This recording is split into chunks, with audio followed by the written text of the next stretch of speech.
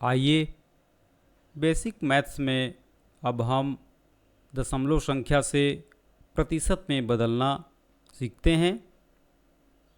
यहाँ हम चार्ट के रूप में दशमलव संख्याओं को प्रतिशत में बदलने के लिए अध्ययन करते हैं। सबसे पहले हमने लिया 0.4, इसे हम भिन्न के रूप में लिखते हैं 4/10। दशमलव अंकों को किस तरीके से भिन्न के रूप में लिखना है, इसका अध्ययन हम भिन्न के अध्याय में कर चुके हैं। यहाँ 0.4 को 4/10 के रूप में हमने लिखा और किसी भी भिन्न को 100 से गुणा करने पर प्रतिशत में बदला जा सकता है। यहाँ हम 4/10 को 100 से गुणा किए, हमें प्राप्त होगा 40%। पुनः 0.75, इसे हम भिन्न के रूप में लिखेंगे 75/100 और प्रतिशत में बदलने के लिए 75/100 में 100 का गुणा करते हैं और हमें प्राप्त होगा 75%। 0.04, इस दशमलव अंक को हम भिन्न में बदलेंगे तो हमें मिलेगा 4/100। इस 4/100 में हम 100 का गुणा करते हैं तो हमें प्राप्त होगा 4%। 2.5, इसे हम भिन्न के रूप में इस तरीके से लिखेंगे। 2 पूर्णांक है, धन 0.5 को भिन्न के रूप में लिखेंगे तो मिलेगा हमें 5/10। 2 धन 5/10 बराबर 25/10, हमें मिला 25/10 गुणित 100। इस भिन्न को प्रतिशत में बदलने के लिए 100 का गुणा करते हैं। 10×100 या 0 हमने निरस्त कर दिया, हमें प्राप्त होगा 250%। 1.1, इसे हम भिन्न के रूप में लिखेंगे 11/10 हमें मिलेगा। 11/10 में हम 100 का गुणा करेंगे तो हमें प्राप्त होगा 110%। यहाँ आप पुनः देखिए 0.4, इस दशमलव अंक को हम भिन्न में परिवर्तन करते हैं।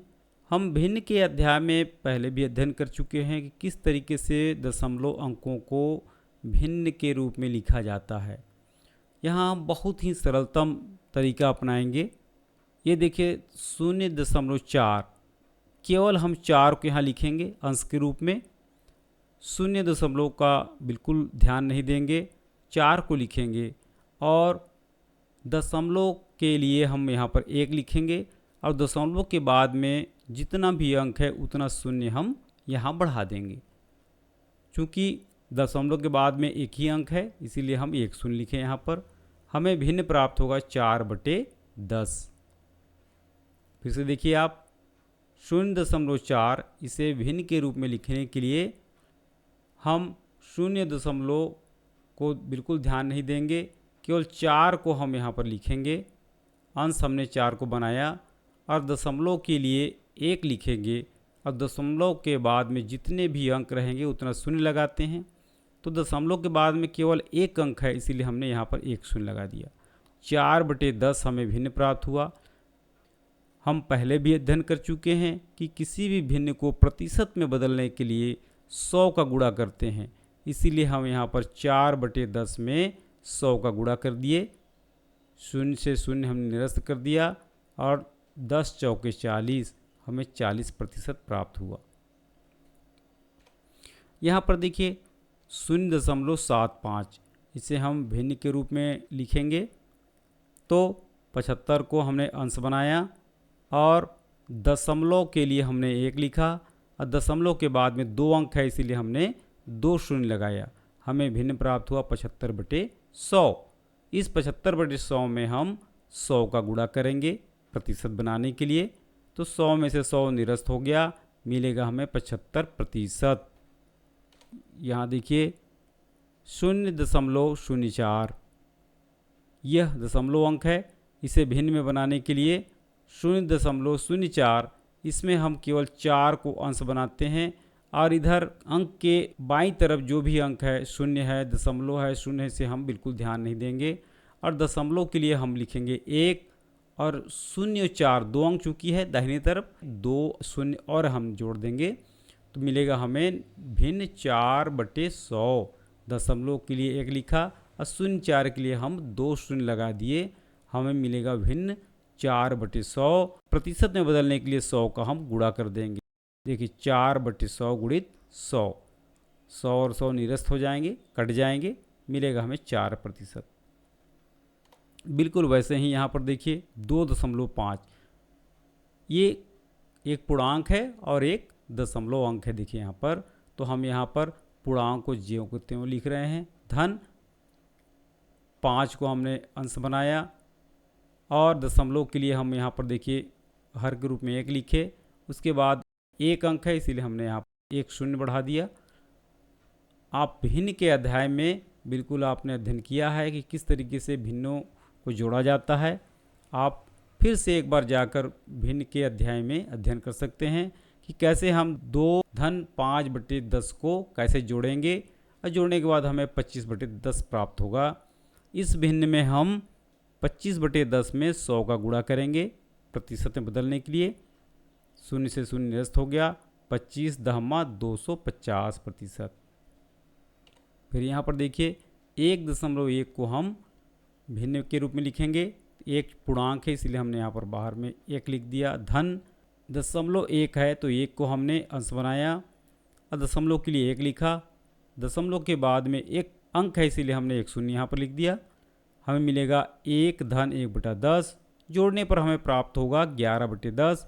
इस 11/10 में हम 100 का गुणा करेंगे प्रतिशत में बदलने के लिए। 0 से 0 हमने निरस्त कर दिया और 11×110, इस तरीके से हमें 110% प्राप्त हुआ। किसी भी दशमलव अंक को पहले भिन्न में बदलेंगे और भिन्न में बदलने के बाद में 100 से गुणा करेंगे तो हमें प्रतिशत प्राप्त होता है।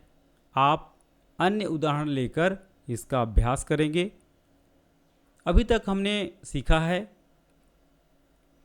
कि प्रतिशत दो शब्दों से मिलकर बना है, प्रति धन शत।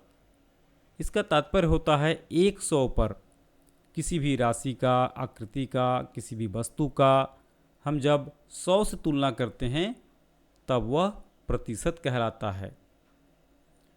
प्रतिशत का चिन्ह यहाँ पर जो आप देख रहे हैं, इस चिन्ह को हम किसी भी राशि के आगे लगाते हैं तो वह प्रतिशत कहलाता है। प्रतिशत भिन्न का ही एक रूप है। हमने अध्ययन किया कि प्रतिशत को भिन्न के रूप में और भिन्न को प्रतिशत के रूप में लिखा जा सकता है।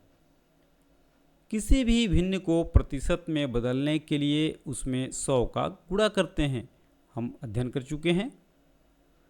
प्रतिशत को भिन्न में बदलने के लिए उसमें 100 से भाग देते हैं तथा प्रतिशत का चिन्ह को हटा देते हैं। दशमलव अंक को प्रतिशत में बदलने के लिए पहले भिन्न बनाते हैं, इसके बाद भिन्न में 100 का गुणा करते हैं। इस तरह से हमने अध्ययन किया दशमलव के अंकों को किस तरीके से प्रतिशत में बदलना है, भिन्नों को किस तरीके से प्रतिशत में बदलना है। प्रतिशत के अवधारणा को हमने समझा है। आने वाले अन्य वीडियोस में हम प्रतिशत के अवधारणा को और उसके व्यवहारिक प्रश्नों के संबंध में अध्ययन करेंगे।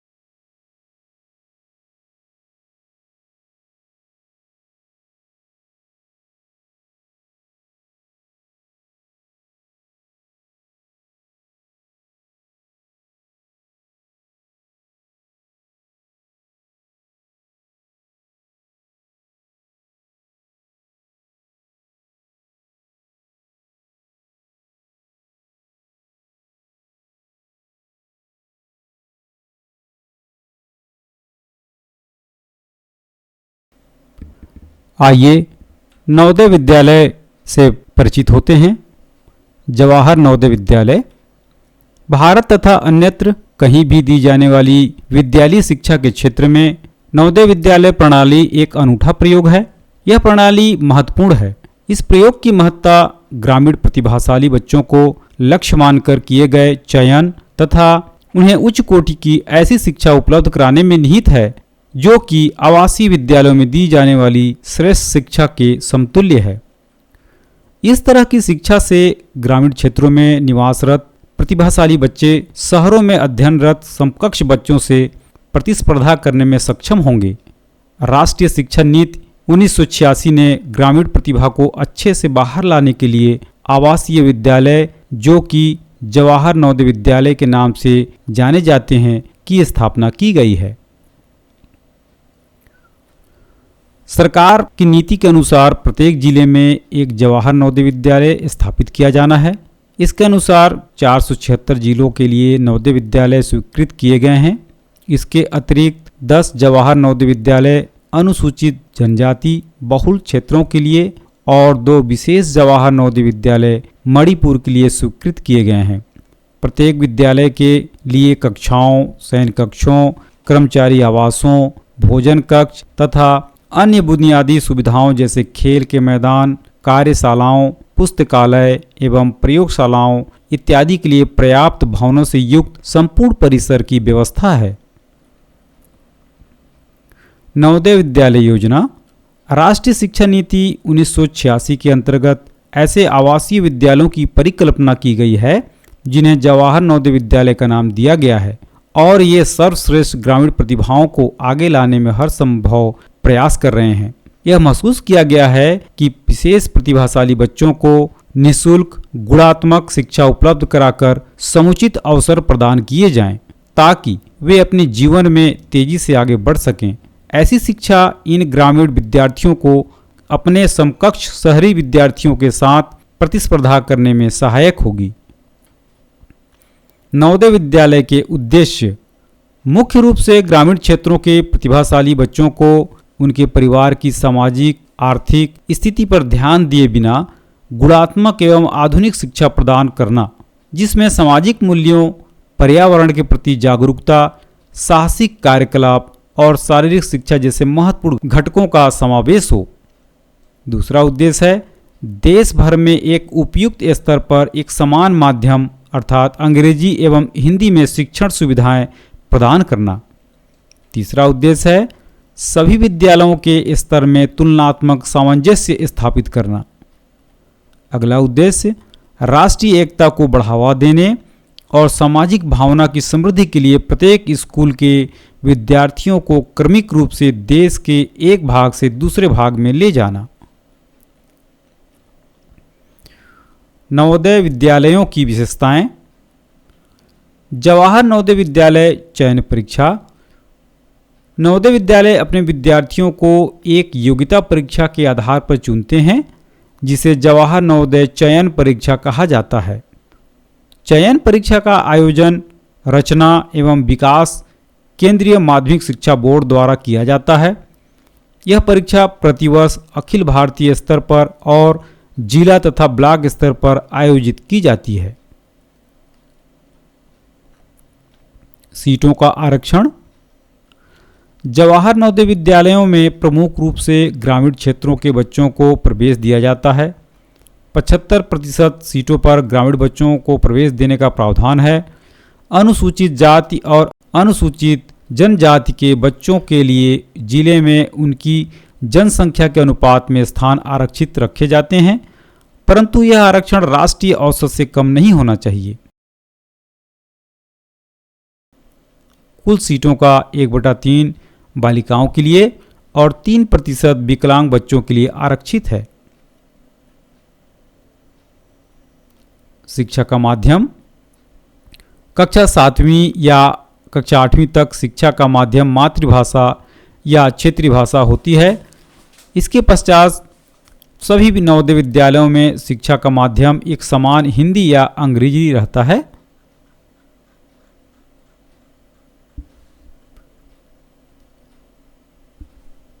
आवेदन की विधि। जिन जिलों में भारत सरकार ने नवोदय विद्यालय खोल दिए हैं, केवल उन्हीं जिलों के प्रार्थी प्रवेश हेतु आवेदन के पात्र होंगे। इस जानकारी के लिए अभ्यर्थी NCERT के क्षेत्र सलाहकारों के कार्यालयों, नवोदय विद्यालय समिति और इसके क्षेत्रीय कार्यालयों तथा जिले के नवोदय विद्यालय के प्रधानाचार्यों से संपर्क कर सकते हैं।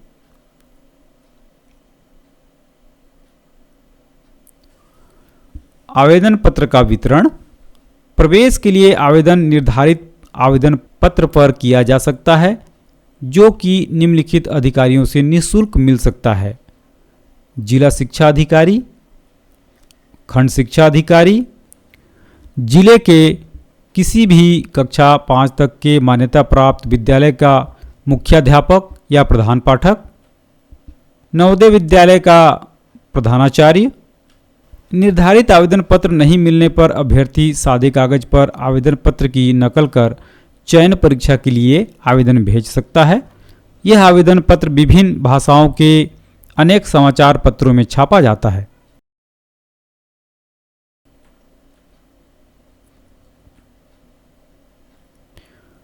आवेदन पत्र जमा करना। जहां बालक ने कक्षा 5 में अध्ययन किया हो, उसी विद्यालय के प्रधान पाठक के माध्यम से भरा हुआ आवेदन पत्र खंड शिक्षा अधिकारी के पास भेजा जाना चाहिए। अभ्यर्थियों या उनके प्रतिनिधियों को सलाह दी जाती है कि वे अपना आवेदन पत्र जमा करते समय खंड शिक्षा अधिकारी से रसीद ले लें। प्रवेश पत्र जारी करना। परीक्षा के बारे में जानकारी। चयन परीक्षा में 3 तरह के प्रश्न पत्र अर्थात मानसिक योग्यता परीक्षा, अंकगणित परीक्षा और भाषा परीक्षा है। यह परीक्षा 20 भाषाओं में मुद्रित होती है। अभ्यर्थी को उसी भाषा की पुस्तिका दी जाएगी जो उसने आवेदन पत्र में लिखा है। चयन परीक्षा में कुल मिलाकर 100 प्रश्न होते हैं एवं सभी प्रश्न वस्तुनिष्ठ होते हैं।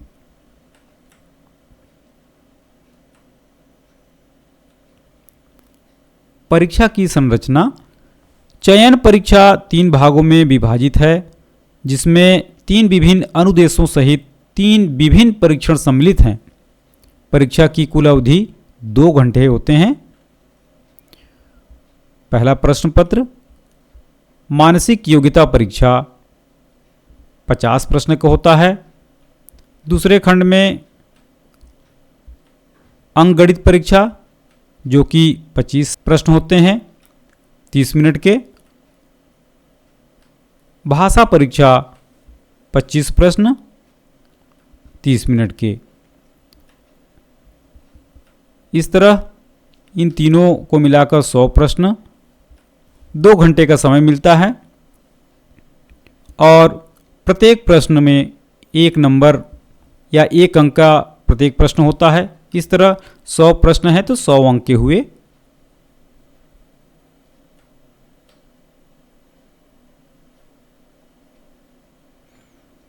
परीक्षा का स्वरूप। अनुभाग 1 मानसिक योग्यता परीक्षा। इस परीक्षण का मुख्य प्रयोजन प्रश्नों के माध्यम से विद्यार्थियों की अंतर्निहित योग्यताओं को मापना है। यह पूर्णतः अशाब्दिक परीक्षण है। इस प्रश्न पत्र के सभी प्रश्न केवल आकृतियों और रेखा चित्रों पर आधारित हैं। इस परीक्षण के 10 भाग हैं। प्रत्येक भाग में प्रत्येक प्रकार के 5-5 प्रश्न होते हैं, जैसे कि पहला आकृति पूर्ति, दूसरा सादृश्यता या सहसंबंध, तीसरा श्रृंखला या श्रेणी क्रम, चौथा वर्गीकरण या विजातीय छांटना, पांचवा समान आकृति, छठा वर्ग पूर्ति, सातवां दर्पण प्रतिबिंब, आठवां कागज को मोड़ना एवं काटना, नौवां छिपी या निहित आकृति को खोजना और 10वां आकृति निर्माण।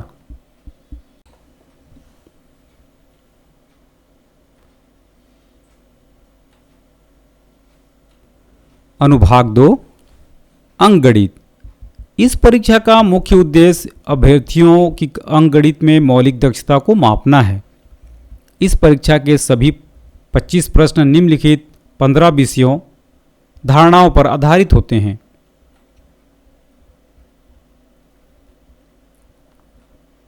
संख्या और संख्या पद्धति। पूर्ण संख्याओं पर 4 आधारभूत संक्रियाएं, भिन्नात्मक संख्याएं और उन पर 4 आधारभूत संक्रियाएं, गुणनखंड और गुणांक एवं उनके गुण, संख्याओं का लघुत्तम समापवर्त्य तथा महत्तम समापवर्तक, दशमलव तथा उन पर आधारभूत संक्रियाएं, भिन्नों को दशमलव में तथा दशमलव को भिन्नों में बदलना, मापन, लंबाई, द्रव्यमान, धारिता, समय, धन आदि में संख्याओं का अनुप्रयोग, दूरी, समय तथा गति, व्यंजकों का सन्निकटन, संख्यात्मक व्यंजकों का सरलीकरण, प्रतिशतता तथा उनके अनुप्रयोग, लाभ तथा हानि, साधारण ब्याज, परिमाप, क्षेत्रफल तथा आयतन। अनुभाग 3 भाषा। इस परीक्षण का मुख्य प्रयोजन अभ्यर्थियों के पठन बोध की योग्यता का परीक्षण करना है। इसमें 25 अंकों वाले इस परीक्षण में 25 प्रश्न होते हैं। 3 गद्यांश दिए गए होते हैं और अभ्यर्थी के पठन बोध का परीक्षण करने के लिए प्रत्येक गद्यांश में 5 प्रश्न दिए गए होते हैं।